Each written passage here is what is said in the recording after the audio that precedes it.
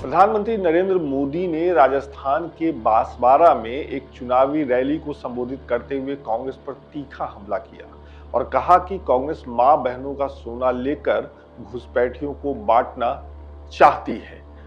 PM Modi के इस बयान पर कांग्रेस के तमाम नेताओं ने प्रतिक्रिया दी। कांग्रेस के नेता राहुल गांधी ने सोशल मीडिया साइट एक्स पर लिखा, पहले चरण के मतदान में निराशा हाथ लगने के बाद नरेंद्र मोदी के झूठ का स्तर इतना गिर गया है कि घबराकर वह अब जनता को मुद्दों से भटकाना चाहते हैं। ये राहुल गांधी कह रहे हैं। कांग्रेस के क्रांतिकारी मैनिफेस्टो से मिल रहे अपार समर्थन के रुझान आने शुरू हो गए हैं। देश अब मुद्दों पर वोट करेगा, अपने रोजगार, अपने परिवार और अपने भविष्य के लिए वोट करेगा। भारत भटकेगा नहीं, ये राहुल गांधी ने ट्वीट किया, एक्स पर लिखा प्रधानमंत्री के बयान के बाद। लेकिन पीएम मोदी के बयान से उठा ये बवंडर इतने में रुकने वाला नहीं था। ये बवंडर चुनाव आयोग की दहलीज तक जाना ही था, सो गया।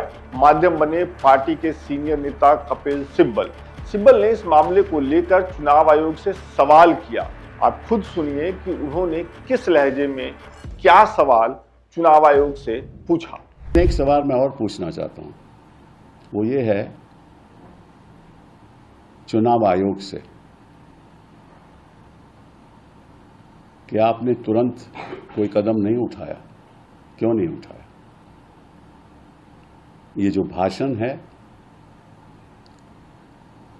इसकी आपको निंदा करनी चाहिए, मोदी जी को नोटिस देना चाहिए, चैनल्स को आदेश देना चाहिए कि यह भाषण दोहराया ना जाए। आपको पीनल कोड की धारा 153A में मुकदमा दर्ज करना चाहिए, क्योंकि चुनाव आयोग न भूल जाए कि उसने संविधान की शपथ ली है। ये वाला मामला तो ताजा है। आइए आपको थोड़ा पीछे लेकर चलते हैं। पहले फेज की वोटिंग 19 अप्रैल को हुई, आप ये बात जानते हैं। जिस दिन वोट डाले जा रहे थे, माफ करिएगा, उसी दिन सुबह से समाजवादी पार्टी के सोशल मीडिया अकाउंट पर एक के बाद एक कई पोस्ट साझा किए गए। करते ही जा रहे थे वो लोग, उनकी जो टीम थी वो लगातार पोस्ट करती जा रही थी। इन सभी पोस्टों में जानकारी तो अलग अलग थी, अलग अलग जगहों से जुड़ी हुई थी, लेकिन एक बात जो सभी पोस्ट में कॉमन है, आप देख रहे हैं स्क्रीन पर, वो है चुनाव आयोग से शिकायत और साफ सुथरे चुनाव कराने की गुहार। लेकिन ऐसा भी नहीं है कि केवल विपक्षी पार्टियां ही गुहार लेकर चुनाव आयोग के पास पहुंच रही हैं।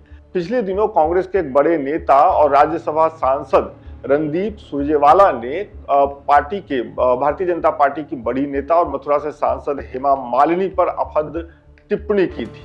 तो बीजेपी शिकायत लेकर के चुनाव आयोग पहुंची और इस शिकायत पर कार्रवाई करते हुए चुनाव आयोग ने रणदीप सुरजेवाला पर 48 घंटे के लिए प्रचार करने पर रोक लगा दी। ये सजा मिली उनको।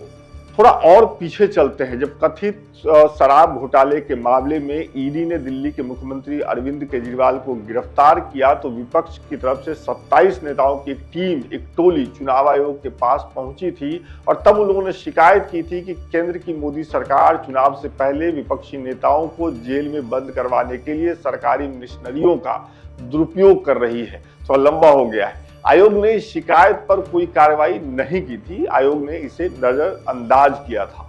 दिल्ली से बाहर निकले तो राजस्थान के कोटा बूंदी लोकसभा सीट, जहां से भारतीय जनता पार्टी के नेता ओम बिरला चुनाव लड़ रहे हैं, चुनाव आयोग को एक शिकायत मिली पिछले दिनों। इस सीट पर कांग्रेस के उम्मीदवार प्रहलाद गुंजल ने चुनाव आयोग से शिकायत की। गुंजल ने आरोप लगाया कि भारतीय जनता पार्टी प्रत्याशी ओम बिरला सरकारी मशीनरी का दुरुपयोग कर रहे हैं, सरकारी कर्मचारियों से चुनाव में काम करवा रहे हैं। गुंजल ने ओम बिरला की पुत्री अंजलि बिरला, जो कि रेलवे विभाग में सरकारी पद पे कार्यरत हैं, काम कर रही है रेलवे विभाग में, उन पर भी आरोप लगाया कि वह चुनाव प्रचार कर रही हैं।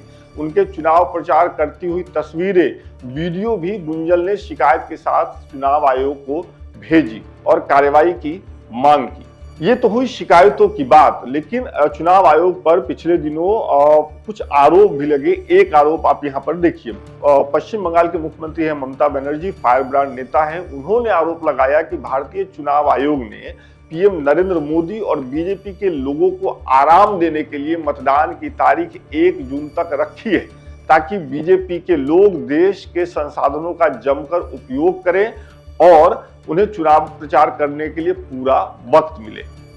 आने वाले दिनों में ऐसी और शिकायतें आयोग के पास पहुंचेंगी, क्योंकि चुनाव में अभी लंबा वक्त है, अभी तो चुनाव शुरू ही हुआ है। जैसे जैसे मौसम की गर्मी बढ़ेगी, चुनावी रैलियों की धमक बढ़ेगी, एक दूसरे पर टीका टिप्पणी बढ़ेगी, नेता करेंगे एक दूसरे पे, चुनाव में ये होता है, आम बात है।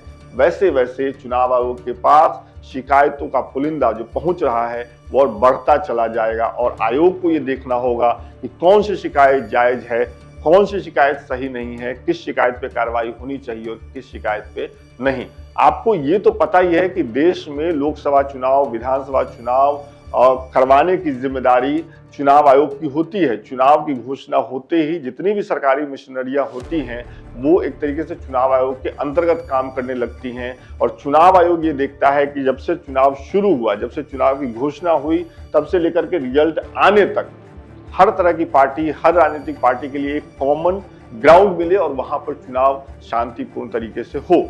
तो इस वीडियो में हमने आपको बताने की कोशिश की है कि चुनाव तो हो ही रहे हैं, रैलियां तो हो ही रहे हैं, नेता एक दूसरे पे आरोप प्रत्यारोप तो लगा ही रहे हैं, लेकिन जिस आयोग की जिम्मेदारी है चुनाव करवाने की, जिस आयोग की जिम्मेदारी है साफ सुथरा चुनाव करवाने की, उसको लेकर के कैसी कैसी शिकायतें आ रही हैं, उस तक कैसी कैसी शिकायतें पहुंच रही हैं और उस आयोग पर किस तरह के आरोप लग रहे हैं। आपको इस वीडियो से फायदा मिला हो, कुछ नई जानकारी मिली हो, पता चला हो कुछ, तो कमेंट करके बताइए और ये भी बताइए कि हमें किस तरह की खबरें और करनी चाहिए। आप लोकमत हिंदी देख रहे हैं, देखते रहिए। मिलते हैं अगले वीडियो में।